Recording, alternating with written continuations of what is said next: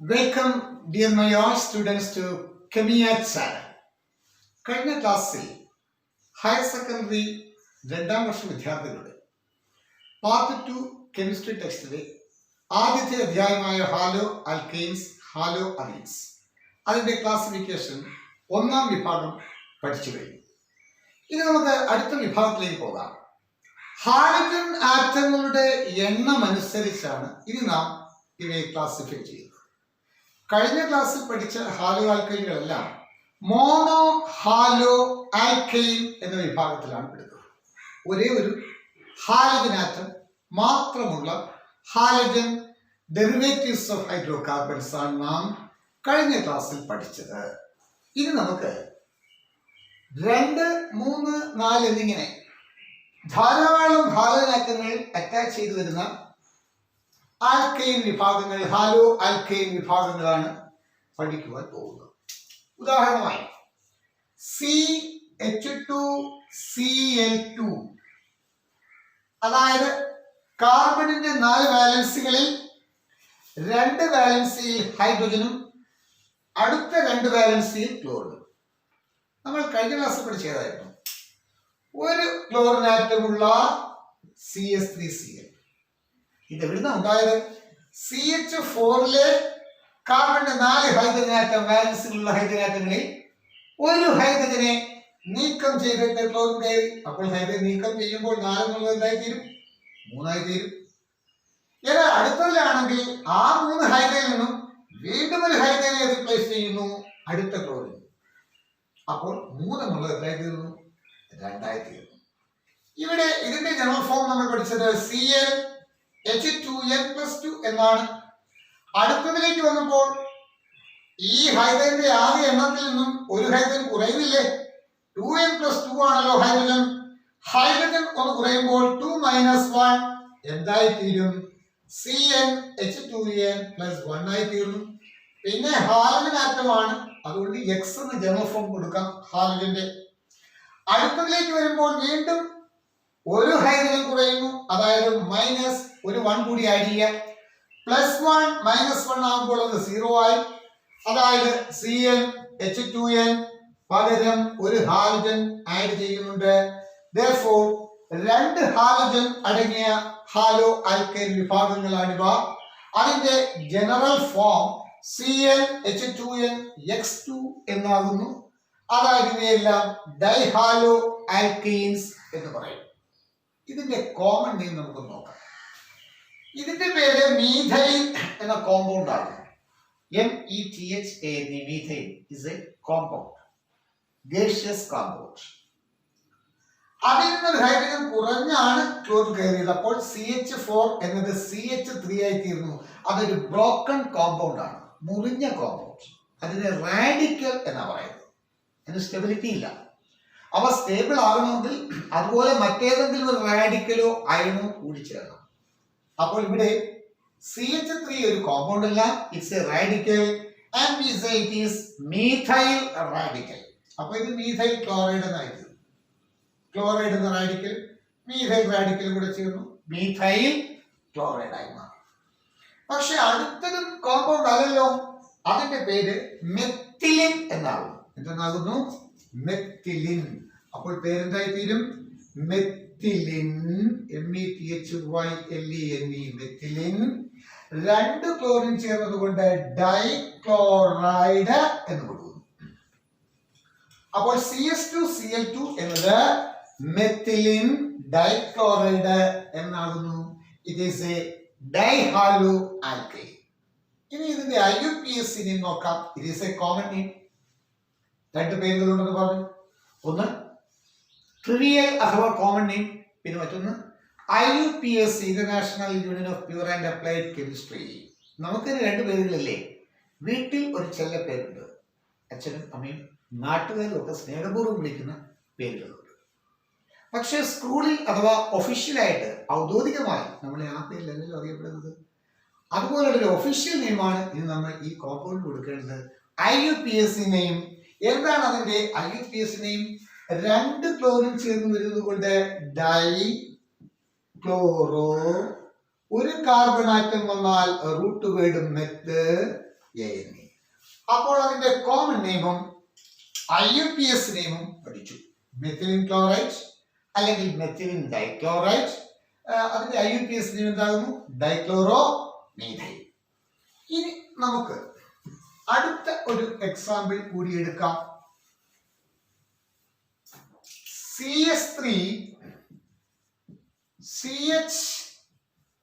CHCl. ഇത് രണ്ടാമത്തെ alkyl വിഭാഗമായ ഈഥൈൻ എന്ന കോമ്പൗണ്ടിലെ സെക്കൻഡ് പാർട്ട് CH3 നിന്നും 2 ഹൈഡ്രജൻ മാറ്റിയിട്ട് 2 ക്ലോറിൻ കൊടുത്തു. സാധാരണ നമ്മൾ എങ്ങനെ എഴുതാനുള്ളത്? CH3 single bond CH3. ഇതിലെ 2 ഹൈഡ്രജൻ അങ്ങോട്ട് നീക്കം ചെയ്യുന്നു. ആ സ്ഥാനത്തേക്ക് ഞാൻ 2 ക്ലോറിൻ കൊണ്ടുവന്ന് അവിടെ പ്ലേസ് ചെയ്യുന്നു. അപ്പോൾ ഈഥൈൻ എന്നതിലാണ് ആ 2 ക്ലോറിൻ വന്നിരിക്കുന്നത്. പക്ഷേ ഇതിന്റെ മോണോ ഹാലൈഡ് ഡെറിവേറ്റീവ് നോക്കി എങ്ങനെ പറയാം? CH3 CH2 Cl അല്ലെ? അപ്പോൾ ഒരു ഹൈഡ്രജനെ നീക്കം ചെയ്തുള്ളൂ ഇതിൽ നിന്നും, അതിലേക്ക് ഒരു ക്ലോറിനെ ആഡ് ചെയ്തിട്ടുള്ളൂ. അപ്പോൾ മോണോ ഹാലോ ആൽക്കൈൽസ്. എന്നാൽ ഇതിലാണെങ്കിൽ ആ 2 ഹൈഡ്രജനിൽ നിന്ന് വീണ്ടും ഒരു ഹൈഡ്രജനെ നീക്കം ചെയ്യുന്നു, രണ്ടാമത്തെ ഹാലൈനേറ്റത്തെ അങ്ങോട്ട് സബ്സ്റ്റിറ്റ്യൂട്ട് ചെയ്യുന്നു. അപ്പോൾ 2 ക്ലോറിൻ ചേർന്നിട്ടുണ്ട്.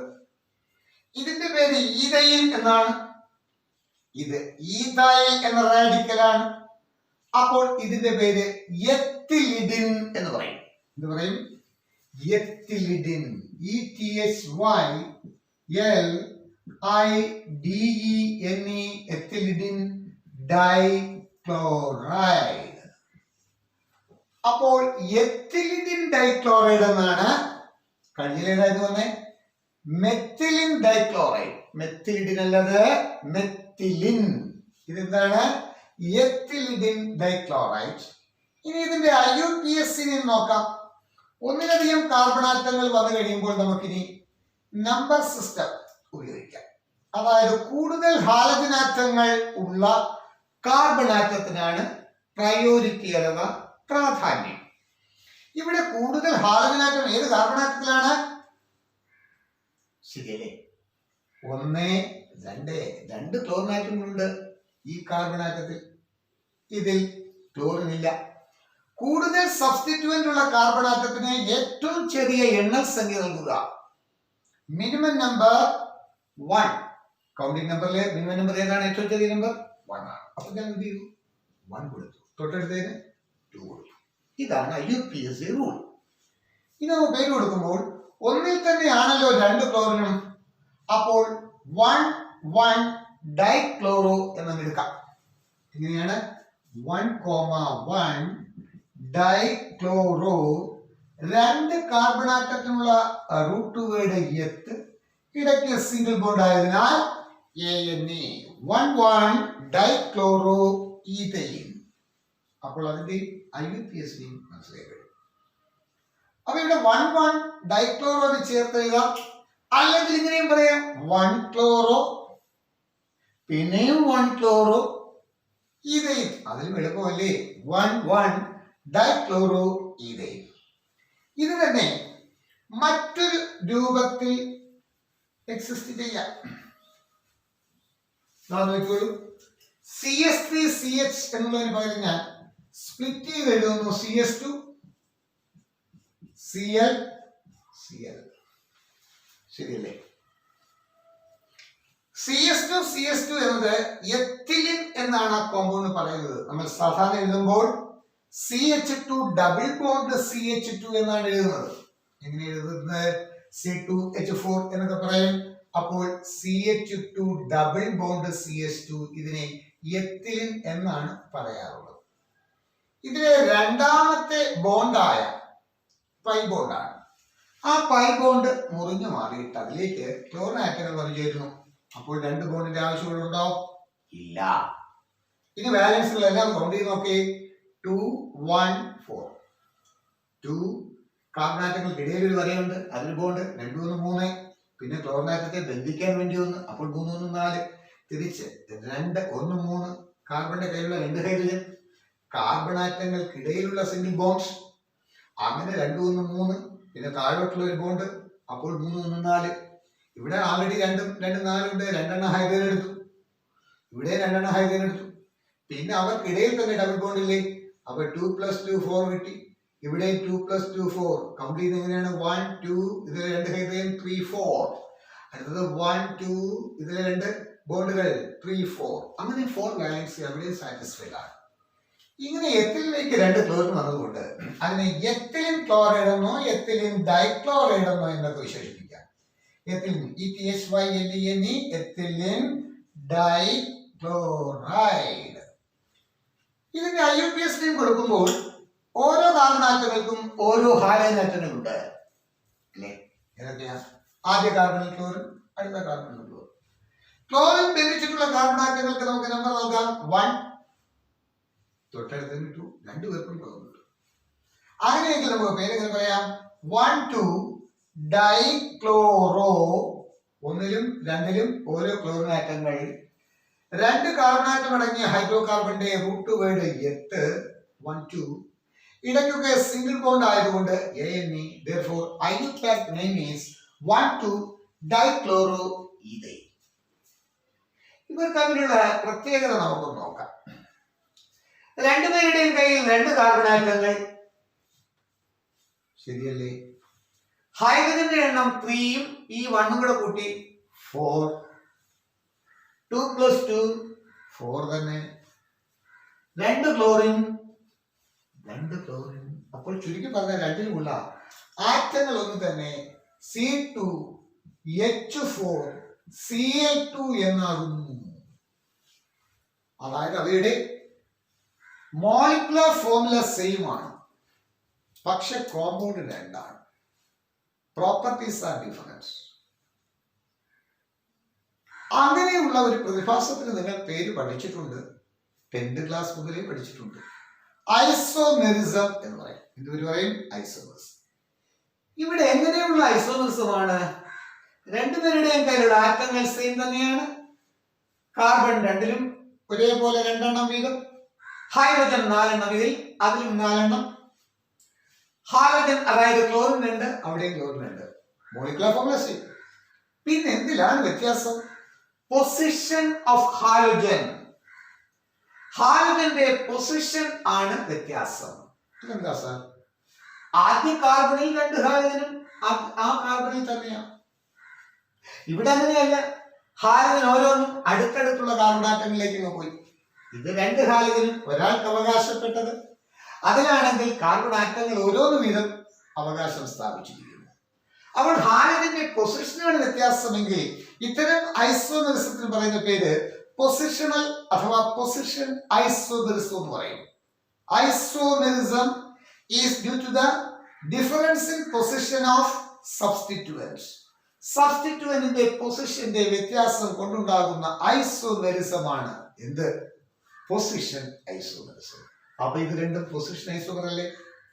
ഇത് ഏതുതരം പൊസിഷൻ ഐസോമെറിസം അല്ലെങ്കിൽ ഐസോമർ എന്ന് മനസ്സിലാക്കാനായി നമുക്കൊരു ചെറിയ ടൈം കൂടി ഈ പേരിനോടൊപ്പം കൊടുക്കാം. അതായത് 2 ഹാലജൻ ആറ്റങ്ങൾ ഒരു കാർബണിൽ തന്നെ വന്നാൽ അവ ജെമിനി എന്നുകൊണ്ട് വിശേഷിപ്പിക്കുന്നു. Gemini, GEMINI. അവ ജെമിനി എന്ന് പറഞ്ഞു കഴിഞ്ഞാൽ ട്വിൻസ് എന്നാണ് അർത്ഥം, ഇരട്ടകൾ. അങ്ങനെ ഉള്ളത് കൊണ്ട് അപ്പൊ ഈ ഇരട്ടകൾ കൊടുക്കാൻ 2 ക്ലോറിനും ഒരു കാർബണിൽ വന്നതുകൊണ്ട് ജെമിനി എന്ന് വിശേഷിപ്പിക്കുന്നു. So we can write it is gem ethylene dichloride. ഇവിടെ വേണമെങ്കിൽ ചേർക്കാം ജം, കൊടുക്കേണ്ടതില്ല, കാരണം അവിടെ പൊസിഷൻ പറയുന്നുണ്ട്. അപ്പൊ പൊസിഷൻ പറയുന്ന സ്ഥിതിക്ക് പൊസിഷൻ ലോക്കൽസ്, അതാണ് IUPAC നെയിമാണ് the best nomenclature system, the systematic nomenclature system, the most scientific method of giving name or naming system എന്ന് പറയുന്നത് IUPAC ആണ്. കാരണം ഇവിടെ അതിന്റെ ഒന്നും ആവശ്യം വേണ്ടി വന്നില്ല. പൊസിഷൻ പറയുന്നുണ്ട് 1 1 ആണ്, അതിൽ തന്നെയാണ് 2 ക്ലോറിൻ. എങ്കിലത് ഡെഫിനറ്റ് ആയിട്ട് ജം ഡൈ ഹാലൈഡ് ആയിരിക്കും. ജം ഡൈ ഹാലോ ആൽക്കൈൽ. ജെമിനി എന്നതിൽ നിന്നാണ് ജം എന്ന വാക്ക് എടുത്തിരിക്കുന്നത്. എന്നാൽ അടുത്തതിലാണെങ്കിൽ കാർബൺ ആറ്റങ്ങൾ അഡ്ജസന്റ് പൊസിഷനിലേക്ക് ഡിസ്ട്രിബ്യൂട്ട് ചെയ്തു പോയി. അപ്പോൾ നാം ഇതിന് നിയർ ബൈ എന്നുള്ള ഒരു ഇംഗ്ലീഷ് വേർഡ് ഉണ്ടല്ലോ, വിസിനിറ്റി. അതുകൊണ്ട് ഇതിനെ വിക് എന്ന് വിശേഷിപ്പിക്കുന്നു. അപ്പൊ വിക് എത്തിലിൻ ഡൈക്ലോറൈഡ് എന്ന് പറയണം. എങ്ങനെ പറയണം? വിക് എത്തിലിൻ ഡൈക്ലോറൈഡ്. അപ്പൊ ഡൈഹാലോ ആൽക്കൈനുകളെ, ഡൈഹാലജൻ ഡെറിവേറ്റീവ്സിനെ രണ്ട് വിഭാഗങ്ങളായി നമുക്ക് തരം തിരിക്കാം. ഏതൊക്കെയാണ്? ജം ഡൈഹാലൈഡ്സ് എന്നും വിക് ഡൈഹാലൈഡ്സ് എന്നും തരംതിരിക്കാം. അടുത്ത കുറച്ച് എക്സാമ്പിൾ കൂടി നമുക്കൊന്ന് മനസ്സിലാക്കാം. ഇവ രണ്ടും മാത്രമേ ഉള്ളൂ എന്ന് നമുക്ക് നോക്കാം. മറ്റെന്തെങ്കിലും ഉണ്ടോ എന്ന് നോക്കാം. ശ്രദ്ധിക്കൂ. CS3, CH2, CH, Cl, Cl. അവയിൽ 3 കാർബൺ അടങ്ങുന്ന ഒരു ഹയർ ആൽക്കൈനാണ്. മറ്റു രണ്ടുപേരെ അപേക്ഷിച്ചാല് മീഥൈൻ ഈഥൈനെ അപേക്ഷിച്ച് തൊട്ടടുത്ത അംഗമാണ്. 1 കാർബൺ ആറ്റമുള്ള, 2 കാർബൺ ആറ്റമുള്ള, അടുത്ത ആരും എടുക്കുന്നത് 3 കാർബൺ ആറ്റങ്ങൾ അടങ്ങിയത്. ഇതിന് കൊടുക്കുന്ന പേര് പ്രൊപ്പിലിഡിൻ ഡൈക്ലോറൈഡ് എന്നാണ്. എന്ത് പേര് കൊടുക്കും? പ്രൊപ്പിലിഡിൻ ഡൈക്ലോറൈഡ്. ഇനി ഇതിനെ നമുക്കൊന്ന് മാറ്റാം. അതിന്റെ ആ ഹാലജന്റെ പൊസിഷൻ അല്ലെങ്കിൽ ചെയിൻ ഒരൽപ്പം മോഡിഫിക്കേഷൻ വരുത്തി കൊടുക്കാം. Carbon chain CS3 single bond C, CS3 Cl, Cl. ഇത് രണ്ടും ജം ഡൈഹാലൈഡ് ആണ്, രണ്ടും പ്രൊപ്പിലിഡിൻ ഡൈക്ലോറൈഡ് ആണ്.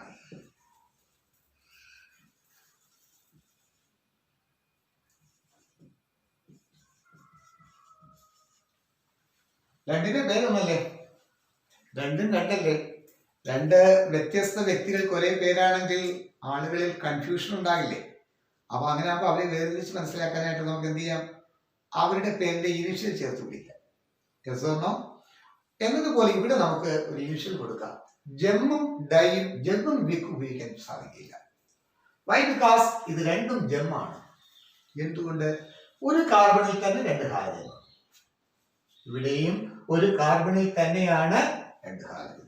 രണ്ടും ജം ഡൈഹാലൈഡ് ആണ്. പക്ഷെ തമ്മിലുള്ള വ്യത്യാസം എന്താണെന്ന് ചോദിച്ചാൽ, ഇതിൽ ടെർമിനൽ കാർബൺ ആറ്റത്തിൽ 2 ഹാലജൻ, ഇവിടെ മിഡിൽ കാർബൺ ആറ്റത്തിൽ. ഇങ്ങനെ വരുമ്പോൾ ആ കാർബൺ ചെയിൻ നമ്മൾ പേരുകൾ പഠിച്ചിട്ടുണ്ട് കഴിഞ്ഞ ക്ലാസ്സിൽ. നോർമൽ എന്ന് പറയും ഇതിനെ, അതിനെ ഐസോ എന്ന് വിശേഷിപ്പിക്കും. Therefore we can say N-propylidine dichloride and this one is isopropylidine dichloride. ഇനി എന്താ IUPAC നെയിമിലേക്ക് പോകാം. ഹാലജൻ ആറ്റങ്ങൾ കൂടുതലുള്ള കാർബൺ 1, തൊട്ടടുത്ത് 2, അതിനടുത്ത് 3. ഒന്നാം കാർബൺ ആറ്റത്തിൽ 2 ക്ലോറിനാണ് വന്നിരിക്കുന്നത്. അപ്പോൾ 1 ഡൈക്ലോറോ. 3 കാർബൺ ആറ്റങ്ങൾ അടങ്ങിയ ഹൈഡ്രോ കാർബൺ റാഡിക്കൽ വരുന്നത് ഏതായിരിക്കും? അതിന്റെ റൂട്ട് വേർഡ് ഏതായിരിക്കും? പ്രൊപ്പ്. ഇടയ്ക്കൊക്കെ single bond between the carbon atoms there are single bonds only. Therefore we can say its suffix is Ane. അടുത്ത നോക്കാം. 1 2 3 3 തന്നെയാണ്. പക്ഷേ ഹാലജൻ ബന്ധിച്ചിരിക്കുന്നത് 2ാം കാർബൺ ആറ്റത്തിൽ. കൂടുതൽ ഹാലജൻ ആറ്റങ്ങളുള്ള അല്ലെങ്കിൽ സബ്സ്റ്റിറ്റ്യൂന്റ് ഉള്ള കാർബണിന് മിനിമം നമ്പർ കിട്ടത്തക്ക വിധത്തിൽ either we do from left to right or right to left or from this way to that way or that way to this way. അത് നോക്കി എഴുതുക. 1 2 3. ചില കുട്ടികൾ തിരിച്ചെടുക്കും. 2 കുട്ടികൾ എടുത്തിരിക്കുന്നത് ഒരാൾ 1 2 3 എന്ന് അങ്ങോട്ട് എടുത്തു. ആദ്യത്തെ ഒരു കുട്ടി എഴുതിയിരിക്കുന്നത് ഇവിടെ നിന്ന് ഇങ്ങനെ അങ്ങോട്ട് എടുത്തു 1 2 3. പക്ഷെ രണ്ടുപേരും എഴുതി വെക്കുന്ന പേര് ഒന്നായിരിക്കും. അതാണ് IUPAC സിസ്റ്റത്തിന്റെ പേര്. അതുകൊണ്ടാണല്ലോ systematic nomenclature, the best scientific method of naming എന്നൊക്കെ നമ്മൾ വിശേഷിപ്പിക്കുന്നത്. കാരണം കുട്ടികൾ 2 രീതിയിൽ നമ്പർ കൊടുത്തെങ്കിലും അവർ രണ്ടുപേരും പറഞ്ഞു വന്ന കോമ്പൗണ്ട് ഒന്നായിരിക്കും. അപ്പൊ ഇവിടെ പേര് കൊടുക്കുമ്പോൾ 2ാം കാർബൺ ആറ്റത്തിൽ തന്നെയാണ് 2 ക്ലോറിനും 2 2 ഡൈക്ലോറോ. 3 കാർബൺ ആറ്റം വരുന്നു പ്രൊപ്പൈൻ. ഇത് രണ്ടും എന്താണ്? എന്താകുന്നു? ജം ഡൈഹാലൈഡ് ആകുന്നു. 2 ഹാലജൻ ആറ്റങ്ങളും 1 കാർബൺ ആറ്റത്തിൽ തന്നെയാണ് അറ്റാച്ച് ചെയ്തിരിക്കുന്നത്. ഇതുപോലെ തന്നെ വിക് ഡൈഹാലൈഡ് നമുക്കൊന്ന് പരിചയപ്പെടാം.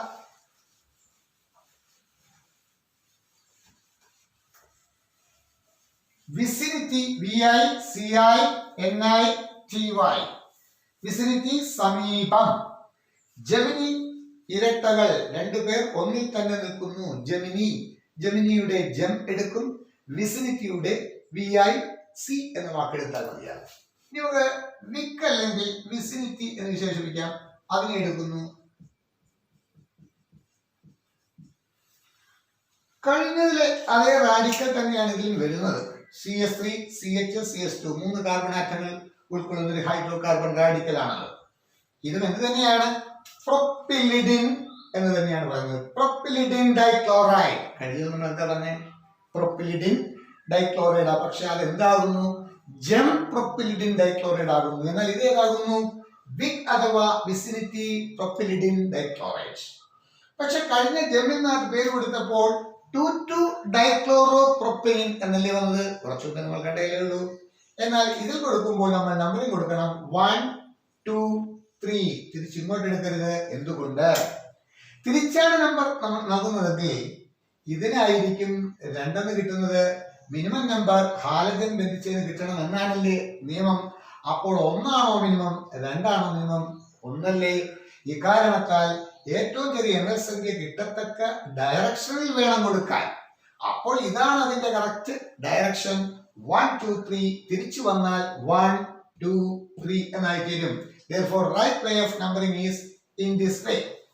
ഇനി IUPAC നെയിം നൽകുമ്പോൾ 1, 2 ഡൈക്ലോറോ. ഇങ്ങനെ പേര് കൊടുക്കുക. 1, 2 ഡൈക്ലോറോ. 3 കാർബൺ ആറ്റം ഉള്ളതിനാൽ prop, single bond ANA. Therefore, we can say its IUPAC name is 1, 2 dichloro propyne. അപ്പോൾ നമ്മൾ പഠിച്ച് കഴിഞ്ഞത് ഏതൊക്കെയാണ്? ഹാലജന്റെ എണ്ണം അനുസരിച്ച് depending upon the number of halogen atoms to the hydrocarbon part or in haloalkanes, we can classify them into different categories. Monohaloalkanes, they have only 1 halogen. Dihaloalkane, they have 2 halogen. Polyhaloalkanes, they have more than 2 halogen atoms. Therefore, we can say examples: methylene dichloride and ethylene dichloride.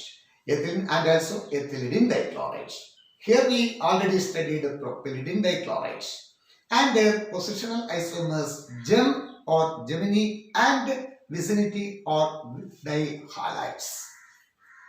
Next, let us go to study trihalogen derivatives. ഇതിന്റെ general expression നമുക്ക് നോക്കാം. CnH2n H2 ആണ് നമ്മൾ കഴിഞ്ഞതിൽ പഠിച്ചത്. Yes or no? CnH2n എന്ന് പഠിച്ചു. കാരണം നമ്മൾ കഴിഞ്ഞതിൽ പഠിച്ചത് എന്താണ്? CH2 Cl2. അതിന് മുമ്പ് നമ്മൾ പഠിച്ചത് CS3 Cl. അപ്പൊ CnH2n +1 X എന്ന് പഠിച്ചു. അതിൽ നിന്ന് ഹൈഡ്രജൻ കളയുമ്പോൾ നമ്മൾ CnH2n എന്നായി തീരും. അതിൽ X2. അപ്പൊ ഇവിടെ നമ്മൾ ഫോം കൊടുക്കുമ്പോൾ എന്ത് തന്നെയാണ്?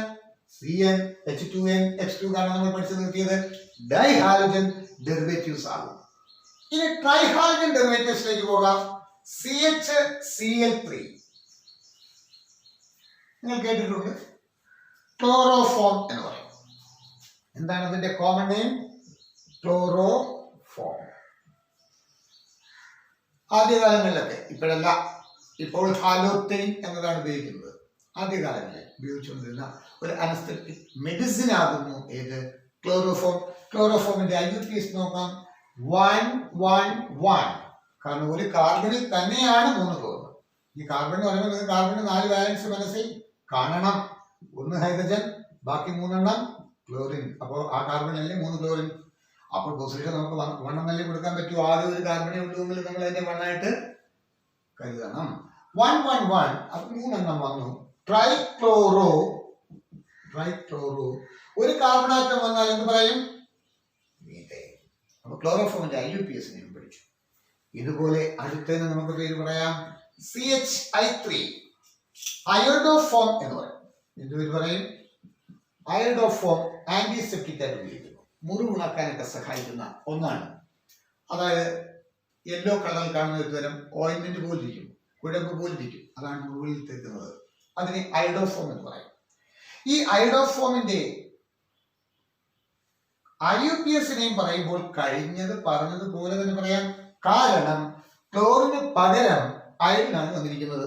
So we can say 1 1 1 try chloro വേണ്ട അയോഡോ ബാക്കി എന്താകുന്നു മീഥൈൽ CHBr3 എന്താണ് CHBr3 ആണെങ്കിൽ നമുക്ക് എങ്ങനെ കൊടുക്കാം ട്രൈ ബ്രോമോ ഫോം എന്ത് പറയും ട്രൈ അല്ലെങ്കിൽ simply we can say bromoform ഇനി IUPAC നെയിം ആണെങ്കിലോ 111 tri bromo methyl so chloroform iodoform and the third one is bromoform ഇതിനൊരു ജനറൽ എക്സ്പ്രഷൻ തയ്യാറാക്കാം CnH2n ഒരു ഹൈഡ്രജൻ കൂടി അതിൽ നിന്ന് കളഞ്ഞാലേ H2വിൽ നിന്നൊരു ഹൈഡ്രജൻ കൂടി കളഞ്ഞാലേ H ആയി മാറൂ അപ്പോൾ CnH2n ആണ് ഇയാൾക്കെങ്കിൽ അതിൽ നിന്നൊരു ഹൈഡ്രജൻ കളയുമ്പോൾ 2n ൽ നിന്നൊരു 1 സബ്ട്രാക്ട് ചെയ്യണ്ടേ therefore CnH2n -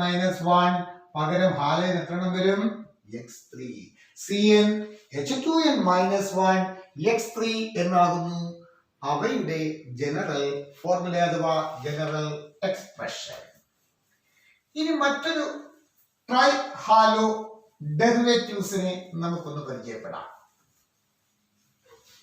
എന്താണവ എന്ന് നോക്കാം CHCl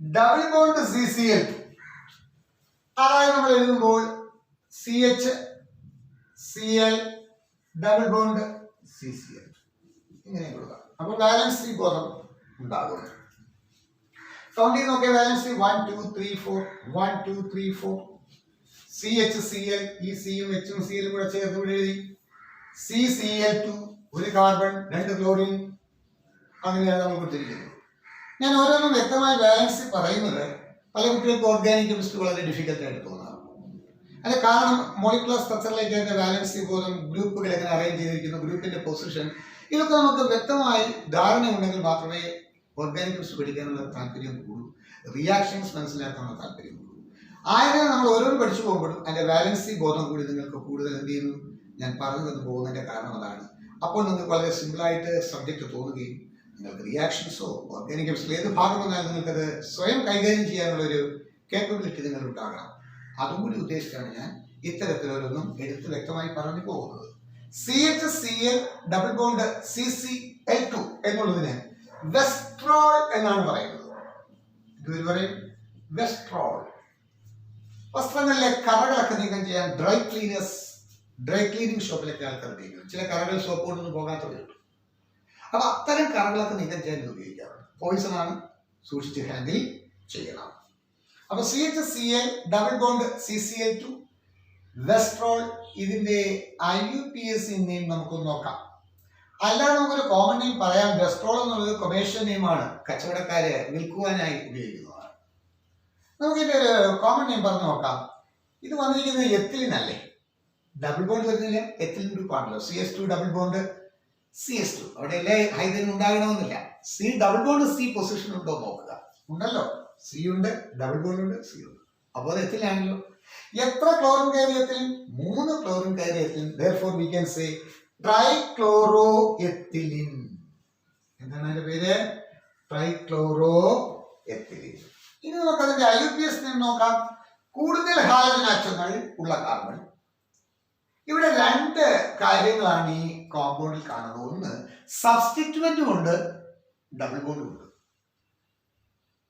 ഡബിൾ ബോണ്ട് ഫങ്ഷണൽ ഗ്രൂപ്പാണ് ഇത് സബ്സ്റ്റിറ്റ്യൂവന്റ് ആണ് സബ്സ്റ്റിറ്റ്യൂവന്റും ഫങ്ഷണൽ ഗ്രൂപ്പും കൂടെ വരുമ്പോൾ ആർക്കാണ് പ്രയോറിറ്റി എന്ന് വെച്ച് കഴിഞ്ഞാൽ ഡബിൾ ബോണ്ട് അഥവാ ഫങ്ഷണൽ ഗ്രൂപ്പിലാണ് പ്രയോറിറ്റി COH CHO CO എന്നിങ്ങനെ നിങ്ങൾ വ്യത്യസ്ത ഫങ്ഷണൽ ഗ്രൂപ്പുകൾ കഴിഞ്ഞ വർഷങ്ങളിൽ പഠിച്ചിട്ടുണ്ട് അതിന്റെ പ്രയോറിറ്റി ഓർഡർ നിങ്ങൾ എപ്പോഴും മനസ്സിൽ കണ്ടിരിക്കണം കോമ്പൗണ്ടുകൾക്ക് പേര് കൊടുക്കുന്നതിന് അപ്പോൾ ഇവിടെ ഞാൻ പറഞ്ഞത് സബ്സ്റ്റിറ്റ്യൂവന്റ് വേറെ ഫങ്ഷണൽ ഗ്രൂപ്പ് വേറെ അപ്പൊ ഈ സബ്സ്റ്റിറ്റ്യൂവന്റും രണ്ടെണ്ണം ഉണ്ട് ഒരു ഡബിൾ ബോണ്ടും ഉണ്ട് പ്രാധാന്യം ആർക്കാണ് ഡബിൾ ബോണ്ടിന് എന്തുകൊണ്ട് അത് ഫങ്ഷണൽ ഗ്രൂപ്പ് ആകുന്നു പ്രിൻസിപ്പൽ ഫങ്ഷണൽ ഗ്രൂപ്പ് ആകും അതിനെങ്കിൽ ഡബിൾ ബോണ്ടിന് നമ്പർ 1 കൊടുക്കാം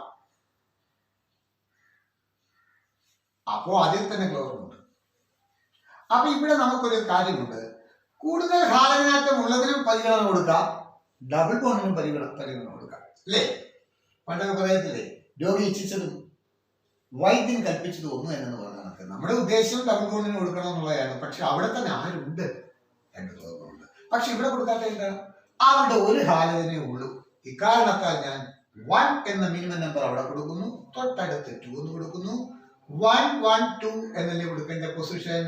ലോക്കൻസ് എന്നാണ് പറയുന്ന number that locates the position of substituent or functional group.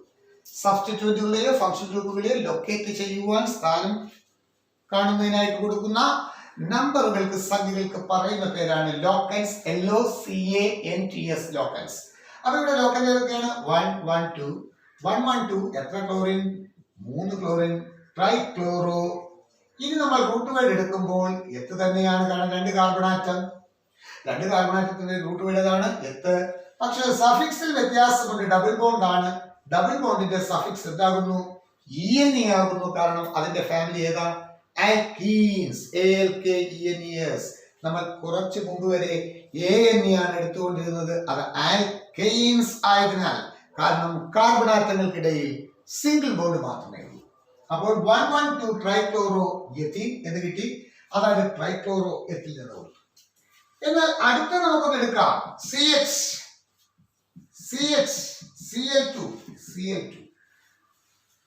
അതായത് നമ്മൾ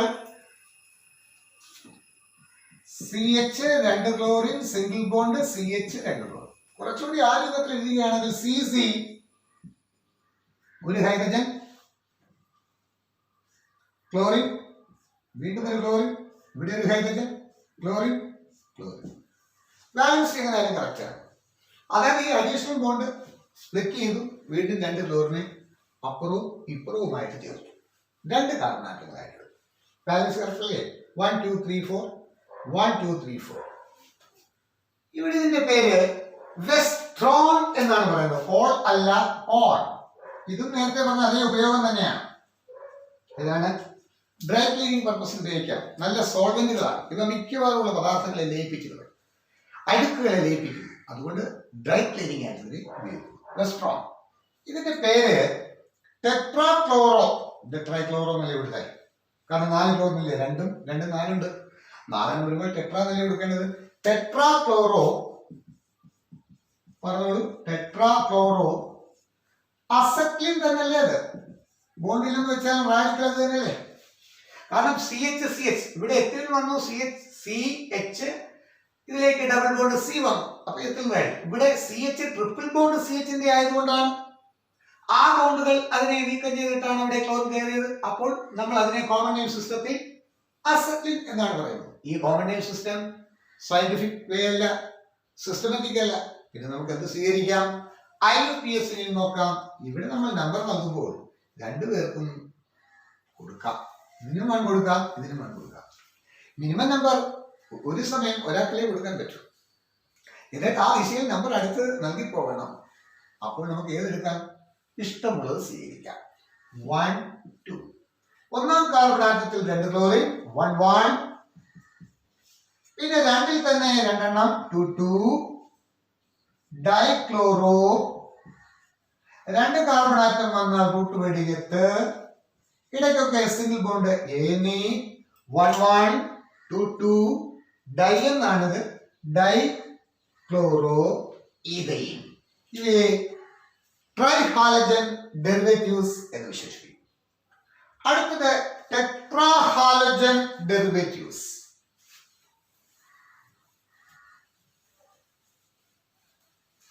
ടെട്രാഹാലജൻ എന്ന് പറയുമ്പോൾ carbon tetrachloride CCl4. Carbon 1, tetra 4 ക്ലോറിനാണ്. അപ്പൊ tetra chloride, carbon tetra chloride.